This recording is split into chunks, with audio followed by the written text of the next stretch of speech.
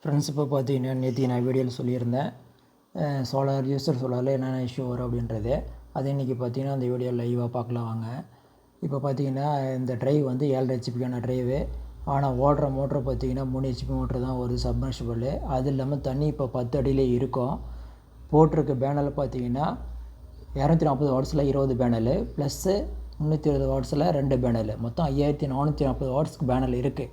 கிட்டத்தட்ட 7.5 ஹெச்பிக்கான பேனல் இருக்குது. இருந்தாலையும் 3 HP motor 10 அடியில் இருக்கிற தண்ணியே நமக்கு வந்து மேல் மட்டத்தில் தரலை.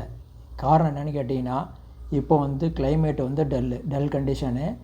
இப்போ வந்து பார்த்திங்கன்னா 3 ஹெச்பி மோட்டரே ஓடலை. யூசர் சோலாரில் எந்த மாதிரி இஷ்யூ வருதுன்றதுக்கான லைவான இது பண்ணுன்றதுக்காக இந்த வீடியோ போடுறேன். அப்படியே பாருங்கள். இப்போ வந்து மோட்ரு ஒரு 10 to 12 ஹெட்ஸு மேக்ஸிமம் அவ்வளோதான் போகும். 16 ஹெட்ஸ் வரை கூட போகும். 3 ஹெச்பி மோட்ரு தான். ஆனால் ட்ரைவு 7 ஹெச்பி பாருங்கள், 15 ஹெட்ஸ் போகுது. தண்ணி பார்த்திங்கன்னா இப்போ எவ்வளோ வருதுன்னு பாருங்கள். தண்ணி பார்த்திங்கன்னா இப்போ விழுந்துட்டுருக்கு 1.5 இன்ச் ஓஸில். நல்லாவே ஓரளவுக்கு வந்துட்டுருக்கு, எந்த பிரச்சனையும் இல்லை.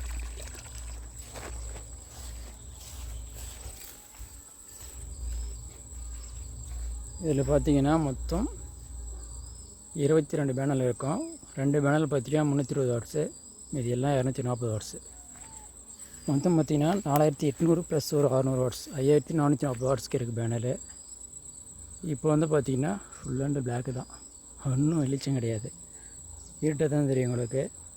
ஃபுல் க்ளவுடு இருந்தாலும் ரன் ஆகுது. பார்த்தீங்களா, ஓடிட்டு தான் இருக்குது. இன்னும் எமர்ஜென்சி தொந்தரவு கிடையாது. எப்போ வேணாலும் மோட்டர் போட்டு நம்ம வீட்டுக்கெலாம் தண்ணி பிடிச்சிக்கலாம். எல்லாம் அப்படியே போட்டு தொட்டி எது வச்சோம்னா கூட தொட்டியில் விட்டு நம்ம பசிக்கலாம். ஒரு மோட்டர் போட்டோம்னா. இது வந்து பார்த்திங்கன்னா சில பேர் யோசிப்பாங்க 7 ஹெச்பி ட்ரைவு அதுக்காக தான் ஓடுது அப்படின்னு சொல்லுவாங்க. ஹெச்பி விஷயம் கிடையாது.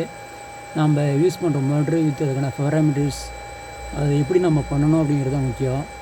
ஓகே ஃப்ரெண்ட்ஸ், இந்த வீடியோ பிடிச்சா லைக் பண்ணுங்கள், ஷேர் பண்ணுங்கள், கமெண்ட் பண்ணுங்கள் மறக்காமல். இதில் பார்த்தீங்கன்னா உங்களுக்கு தெளிவாக புரிஞ்சிருக்குன்னு நினைக்கிறேன் இந்த வீடியோவில். இது பார்த்தீங்கன்னா அது இல்லாமல் சோலாருக்கான new version model drive. GT100 stop பண்ணதுக்கப்புறம் GT20ல் F3ன்னு ஒரு மாடல். இது சோலாருக்கான ஒரு ஸ்பெஷல் ட்ரைவ்னு சொல்லுவாங்க. இது அனௌன்ஸ் பண்ண புதுசுலேயே இப்போ இந்த ட்ரைவ் நான் எடுத்து போட்டிருக்கேன்.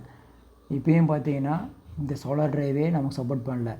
பேனர்ன்றது வந்து சில பேர் யூஸுக்கெலாம் வாட்ஸ் கம்மின்னு சொல்லலாம், அப்படி கிடையாது.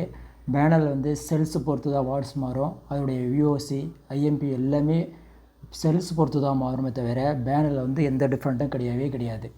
வோல்டேஜ் ஆம்பியர் எல்லாமே செல்லை பொறுத்து தான் அமையும். இதில் வந்து யூஸ்டு சோலாரில் என்ன இஷ்யூ வருன்றதை நெக்ஸ்ட்டு ஒரு வீடியோவில் ஏன் இந்த மாதிரி இதில் கரண்ட் ப்ரொடியூஸ் ஆகுது, ஏன் இவ்வளோ கம்மியாக போகுது அப்படின்றதுக்கான இந்த வீடியோவுக்கு அடுத்த வீடியோவில் உங்களுக்கு டீட்டெயிலாக சொல்கிறேன்.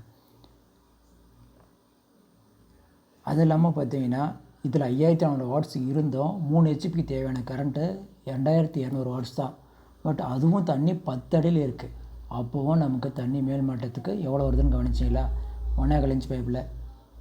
இதுதான் ஃப்ரெண்ட்ஸ் யூசர் சோலாரில் இருக்கிற ஸ்கேம் அப்படின்றதுக்கான ஒரு சின்ன ஆதாரம். நெக்ஸ்ட்டு வீடியோவில் கண்டினியூவாக உங்களுக்கு ஒவ்வொரு விஷயத்தையும் சொல்ல போகிறேன். ஏன் எதனால் இந்த மாதிரிலாம் வருது அப்படிங்கிறது எல்லாமே கண்டினியூவாக வீடியோ பாருங்கள், அப்போ தான் உங்களுக்கு புரியும். ஓகே ஃப்ரெண்ட்ஸ், இந்த வீடியோ பிடிச்சதை லைக் பண்ணுங்கள், ஷேர் பண்ணுங்கள், கண்டிப்பாக கமெண்ட் பண்ணுங்கள். எனக்கு வீடியோ அவ்வளோவா பெருசாக எடிட் பண்ண தெரியாது. என்னால் முடிஞ்ச அளவுக்கு காப்பி பண்ணி தான் அப்படியே உங்களுக்கு வாய்ஸ் நான் கமெண்ட் பேக்ரவுண்ட் கொடுத்துட்டு டப்பிங் பண்ணி. அதுக்காக டென்ஷன் ஆகிக்காதீங்க. போக போக கொஞ்சம் நான் இம்ப்ரூவ் பண்ணிக்கிறேன். Okay friends, thank you.